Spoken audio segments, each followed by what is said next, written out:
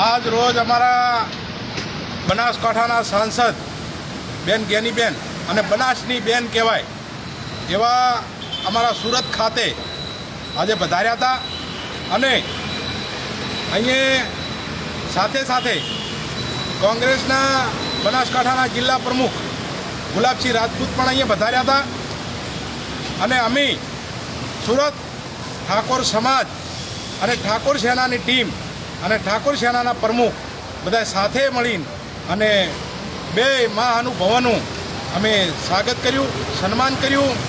જવાબદારીઓ એ આવે છે કે લોકસભાના સાંસદ હોય, ધારાસભ્ય હોય, કોઈ પોલિટિકલી રીતે નાના મોટા પદમાં હોય, પણ એ સત્તાના માધ્યમથી કઈ રીતે બેલેન્સ કરીને એ તમામ સમાજોને ન્યાય આપી શકો છો.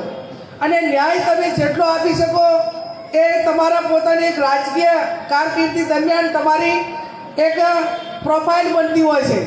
તો તમે સારું કરો એટલું અભિનંદન, પણ સત્તાના માધ્યમથી કોઈ વ્યક્તિને કે કોઈ સમાજને કિંડાખોરીપૂર્વક તમે ક્યારેય કોઈને ટાર્ગેટ ન બનાવો એ જ તમારો સાચો રાજધર્મ કહેવાય. અને એ રાજધર્મ નિભાવવા માટેના અનેક વખત પ્રયત્નો કર્યા છે. અમારી જાતે અમારે પ્રમાણપત્ર ના આપવા પડે, પ્રમાણપત્ર તમે બધા લોકો આપતા હો છો. ઘરની વીજળી સ્વયં બનાવવા આજે સે સોલારનો સંપર્ક કરો.